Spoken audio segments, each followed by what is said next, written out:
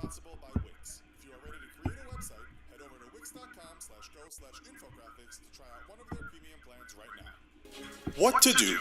You don't have the cash to send your child to private school, where most kids seem to do very well in terms of academic performance and benefit from the sometimes lucrative relationships made there. Then again, the local public school in your neighborhood doesn't feel up to snuff. The class sizes are too big, and it doesn't have a great reputation. So who's to say your child won't benefit from your own knowledge that you secretly consider to be superior to the average teachers? But you worry. Not giving your child the opportunity to socialize with other kids might take away an important part of growing up. Is homeschool worth it? That's what we'll find out in this episode of the Infographics Show, Traditional School versus Homeschool. First of all, let's take a look at some statistics. According to the National Home Education Research Institute, and indeed any source you look at on the subject, homeschooling, at least in the USA, is becoming more and more popular. In the USA alone, there were 2.3 million home-educated students in 2015, which was up from 2 million in 2010.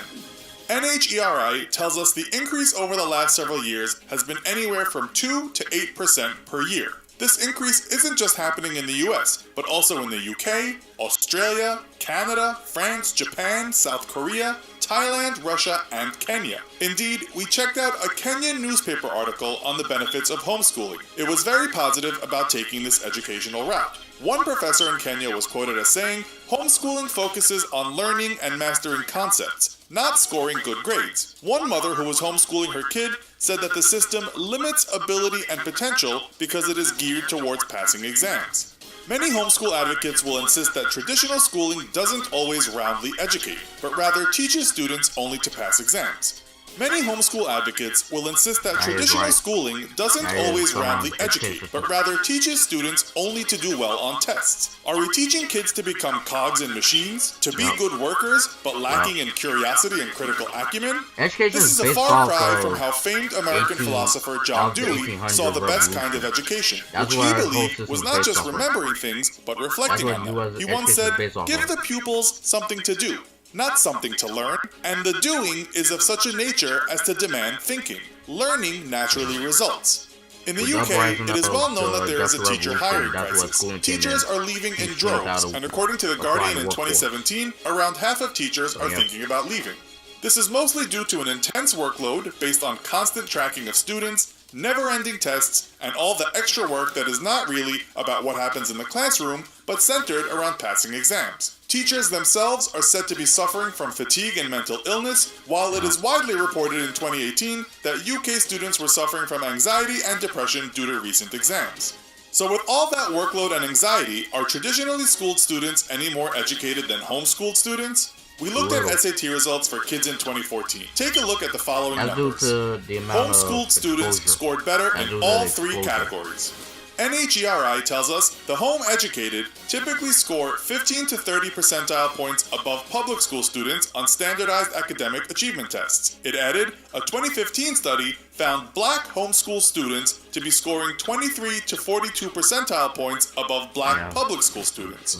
Often, homeschooled students are in the 80th percentile, while public school kids are in the 50th percentile. Just about any resource you read will cite statistics telling you homeschooled kids do very well. You'll hear things like, Stanford University accepted 26% of the 35 homeschoolers who applied, nearly double its overall acceptance rate. Such quotes, of course, aren't representative. With such a small testing group, there is a high standard deviation, which means it isn't reliable, but it is, however, interesting.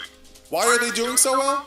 The main reason is, all the attention is on one child, or at most, a few children. But the parent can focus on that child's weaknesses. If the parent knows what he or she is doing, the kid will more easily get through difficulties they face. Education becomes made to order. There are no class clowns and exterior attractions getting in the way of study. The child can spend every day totally focused on the subjects at hand. Parents can also inculcate and ensure the importance of self-study, reading books, and being curious. It's not as if the child has many escape routes or can proffer those dog-ate-my-homework excuses. Another thing other than creating your own course based on your child's needs is knowing how best your child learns. There are lots of pedagogical approaches, and we all respond differently to them. A teacher in a traditional high school has one approach for the entire class, which of course is not his or her fault, but that approach might not work for your kid.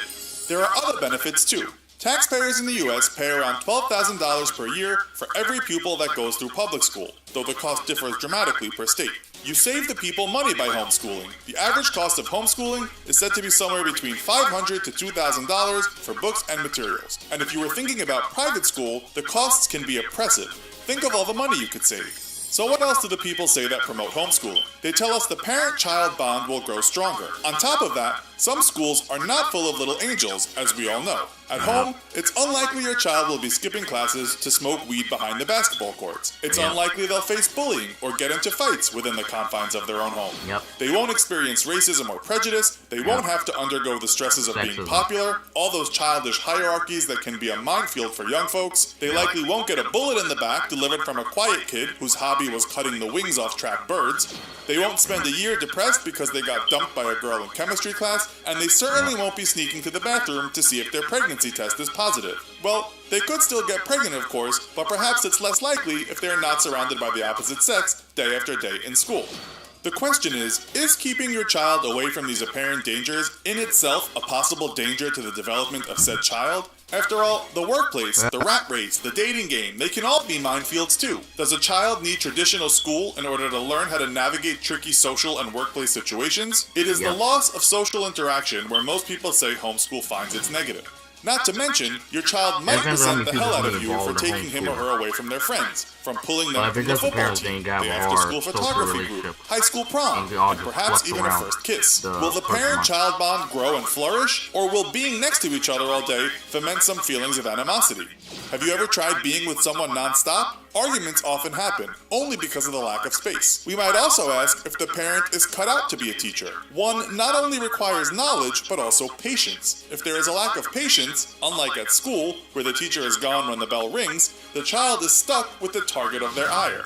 Then again, if you're a super cool parent and you're fit for the job, you might realize when things are getting tough and just say, school is over for the day, go out and enjoy yourself, not something that happens in a traditional school setting.